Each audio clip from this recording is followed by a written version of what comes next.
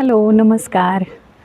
आत्ता आपण आहोत कोकणच्या ट्रिपच्या 5व्या आणि शेवटच्या दिवशी. आणि माझं कोकणात येण्याचं कारण एकमेव होतं ते हे मंदिर, जे लक्ष्मीनारायणाचं मंदिर आहे. हे मुक्ता नार्वेकर एक यूट्यूबर आहे, तिच्या एका ब्लॉगमध्ये मी पाहिलेलं. ही आहे मंदिरातली भक्त निवास, हे आहे मंदिराचं प्रवेशद्वार आणि हे आहे मुख्य मंदिर. या मंदिराचं वैशिष्ट्य काय माहिती आहे का? अनेक मंदिरांप्रमाणे कोकणातल्या हेही प्रचंड स्वच्छ, सुंदर आणि मनमोहक आहे.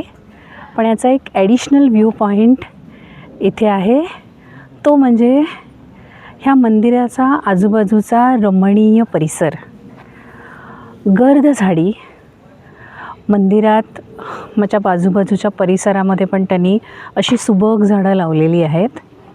आणि मंदिराच्या शेजारीच एक सुंदरसं तळं आहे.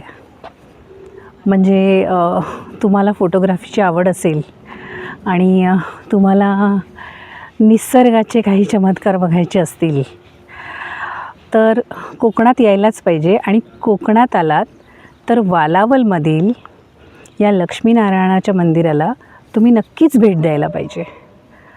अतिशय सुंदर. म्हणजे आम्ही दुपारी आलो आहोत इकडे, भर दुपारी 12 वाजता, पण तरीही मंदिराच्या आतमध्ये उकाडा जाणवत नाही.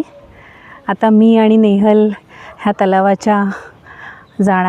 तलावाकडे जाणाऱ्या पायऱ्या आहेत तिकडे बसलेलो.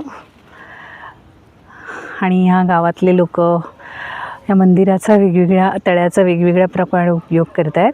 पण तरीही जे निसर्गाने दिलेलं आहे ते खूप सुंदर आहे.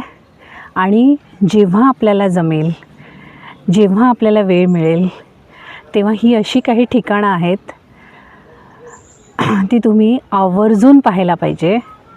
तुम्ही जर कोकणात आलात ना तर तुम्हाला अगदी मिनटावर मंदिरं दिसतात. आणि त्याच्याचपैकी माझं सगळ्यात आवडतं हे मंदिर म्हणजे लक्ष्मीनारायणाचं मंदिर, जे कोकणातील वालावल इथे आहे. तेव्हा तुम्हीही जेव्हा कोकणात याल तेव्हा या मंदिराला नक्की भेट द्या. हाय नेहल.